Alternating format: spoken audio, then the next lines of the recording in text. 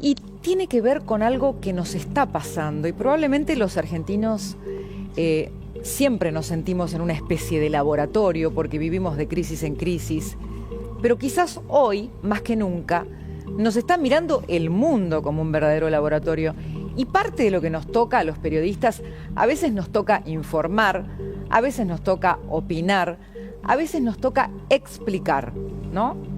Que también es un costado de nuestro trabajo, pero como somos generalistas, no somos expertos de los temas, nuestra ventaja cuando tenemos que dar una explicación es tratar de llevar a palabras simples cuestiones muy complejas.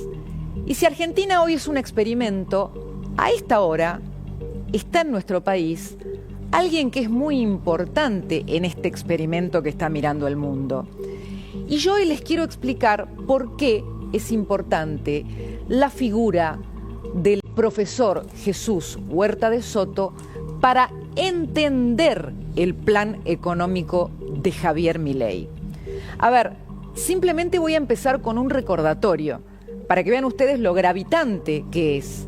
En el primer discurso de Milei como presidente, citó a 3 personas: el presidente Julio Roca, Alberto Venegas Lynch padre y Jesús Huerta de Soto. De esta manera. Como dice el gran Jesús Huerta de Soto, los planes contra la pobreza generan más pobreza. La única forma de salir de la pobreza es con más libertad. A ver, apenas escuché yo esa definición, como muchos periodistas imagino, traté de que el profesor Huerta de Soto me diera una entrevista. Me di con la triste realidad de que no concedía notas. Pero nos propuso, mediante mi producción, les voy a mandar unos libros míos. Nos mandó al poco tiempo una caja con libros de tapa dura. La verdad, bastante asombroso e impactante el envío, era casi una biblioteca. Y allí me di cuenta de que estaba ante algo bastante especial. Ahora veamos, este académico español que da clases en la Universidad del Rey Juan Carlos, según Milei, es el anarcocapitalista más importante del mundo, pero algo más. El término anarcocapitalista lo inventó él. Y dice Milei, escuchen esto, les va a dar un poco de vértigo, que él, como presidente, es el primero en aplicar las teorías de Huerta de Soto en profundidad. Si yo esto lo decía hace un año y pico, cuando Milei recién empezaba a gobernar, ustedes habrán dicho, como dijeron muchos economistas, ¿pero qué está haciendo este hombre? Está sacando la escuela austríaca de economía, que son teorías perimidas, que no funcionan, que ya no van más, y Milei las aplicó.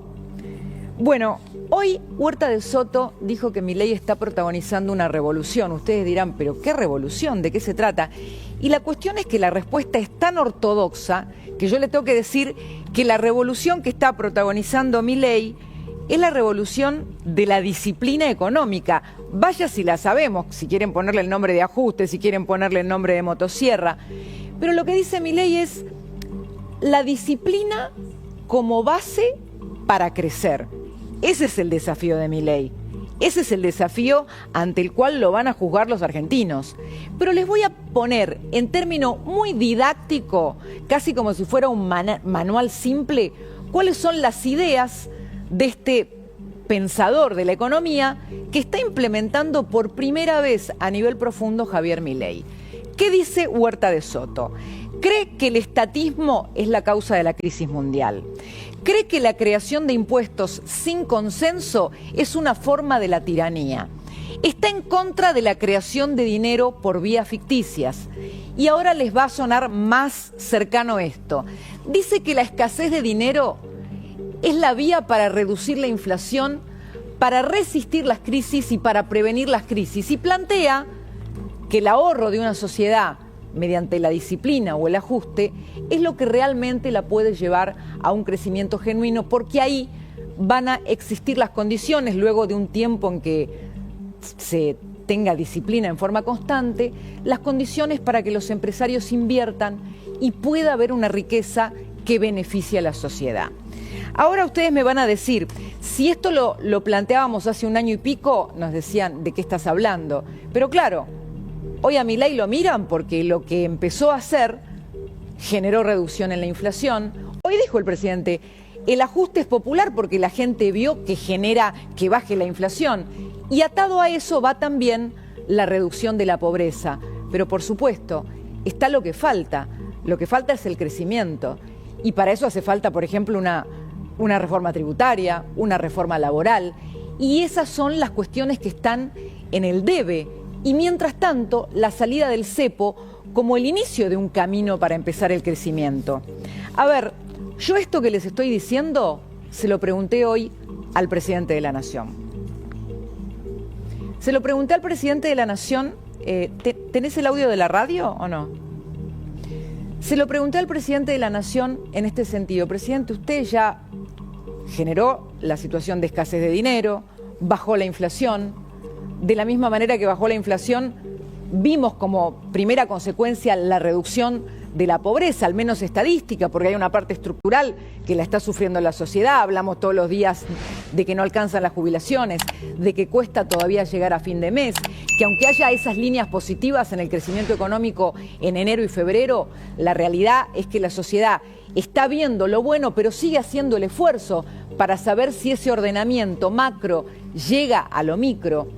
Y eso se lo pregunté al presidente. Presidente, ¿cuándo llega ese crecimiento a la sociedad en términos de lo que le pasa en su realidad? Y el presidente me dijo, ya empezó a ocurrir. Y claro, su pronóstico es como un pronóstico que todos firmaríamos ya si ocurre. Si nosotros seguimos así, dijo, Argentina va a ser una de las potencias mundiales. Y hoy el economista Jesús Huerta de Soto dio el ejemplo claro de en qué momento histórico esto funcionó en la Alemania de posguerra. ¿Puedo decir una cosa un segundo antes de dar la entrada? Peca de pesimista, porque si sigue adelante de esta manera, aquí se va a notar un rebote y en 10 años estamos en un milagro económico argentino. Ni siquiera en 10 años, porque cuando se tomaron las medidas liberalizadoras en Alemania, después de la Segunda Guerra Mundial, estaba peor que Argentina, estaba todo el país arrasado, hecho ruinas, y en 5 años ya superó el PIB al crecimiento que tenían Francia e Inglaterra, y eso que recibieron muchas más ayudas del Plan Marshall. ¿Pero por qué? Porque en Francia y en Inglaterra se llevaron a cabo políticas socialistas, ganaron las elecciones los socialistas y los laboristas, mientras que en Alemania se aplicaron las políticas de la economía social de mercado y de la escuela austríaca. Luego quiere decir, presidente, que has pecado aquí de modoso y de conservador. ¿Qué 30 años? Por favor, 20 años no es nada, en 10 años. Bueno, 10 años y 5 años, dice el economista en el que se basa el plan de Milei, que Argentina va a poder ver estos resultados. Pero claro, esta teoría que los argentinos vieron o están viendo a medio hacer, porque bajó la inflación, porque eso se notó en la reducción de la pobreza, porque hay una estabilidad y todos la sentimos, tiene 2 pruebas este año. Ustedes las conocen a las pruebas. Una tiene que ver con lo que va a pasar en sus bolsillos. Acabamos de salir del cepo, el presidente espera que esto redunde en una mayor capacidad de la decisión de los inversores para poner plata en la economía argentina. Pero la otra tiene que ver con una decisión sobre el rumbo. A ver, no es que yo lo diga, que a la economía argentina la están mirando en el mundo. Esta semana, en cada día de la semana, tuvimos alguna expresión de importantes sujetos, protagonistas de la economía mundial. El secretario del Tesoro de los Estados Unidos diciendo si hay un shock externo, Argentina va a tener ayuda de los Estados Unidos. Y hoy la directora del Fondo Monetario Internacional, que hasta habló de las cuestiones electorales.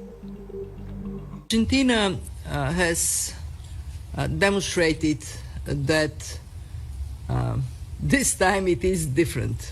This time there is decisiveness to put the economy on a sound track, from high deficit to surplus, from double-digit inflations to inflation that in February dipped under 3%, from poverty over 50% to now around 37%, still very high, but going down. Y para mí lo más impresionante es que la directora del fondo se metió en la cuestión electoral, dijo, y espero que los argentinos vuelvan a elegir este camino. Pero eso, obviamente, no está ni en la recomendación de la directora del fondo, ni siquiera en la campaña electoral. Porque de hecho, las decisiones económicas de Milei son bastante audaces, como por ejemplo no gastar en un año electoral, cuando lo normal es que los gobiernos se expandan en el año electoral para hacer campaña y para obtener el voto. Algunos dicen, no, bueno, lo está haciendo con el atraso cambiario, pero la apuesta es un modelo ortodoxo que va a revalidar o no el rumbo que eligió Milei como outsider en un país que votó una dirección totalmente opuesta a la que traía, porque se encontró tocando fondo, porque intentó reconstruir su esperanza. A ver, ustedes me dirán, y Cristina, ¿cuál es tu conclusión hoy? ¿Cuál es tu respuesta? ¿Qué es lo que vos pensás? Yo tengo que serles honesta. Este es un experimento a medio hacer que funcionó por lo menos en sus primeras metas, pero que lo estamos viviendo todos, que lo está mirando el mundo, que lo estamos protagonizando, si se quiere, con lo cual no tengo la respuesta. La respuesta va a estar en cada uno de ustedes, cuando vaya a las urnas en las elecciones legislativas y decida qué rumbo tiene que tener Argentina, si revalidar el rumbo del presidente para que tenga en el Congreso mayor fuerza en sus decisiones, que tampoco va a ser una fuerza total, o si acaso el pasado tiene algún indicio de esperanza, que parece no tenerlo. Ciertamente está en manos de los argentinos el rumbo, pero yo lo sintetizaría así. El experimento Argentina, el laboratorio de Milei, que tiene atención global, va a tener una respuesta local. Y el camino va a ser plebiscitado en las elecciones legislativas. Me parecía importante describir en profundidad las dos caras de esta moneda. Lo que hay en la teoría, que viene del profesor Huerta de Soto, que esta hora está acá en Argentina, y que por primera vez en esa síntesis está aplicando un presidente, el primero libertario en la historia, en este país.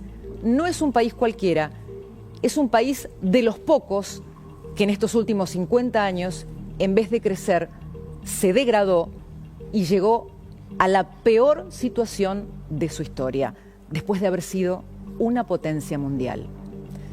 Queridos amigos, asumido el riesgo de hablar de temas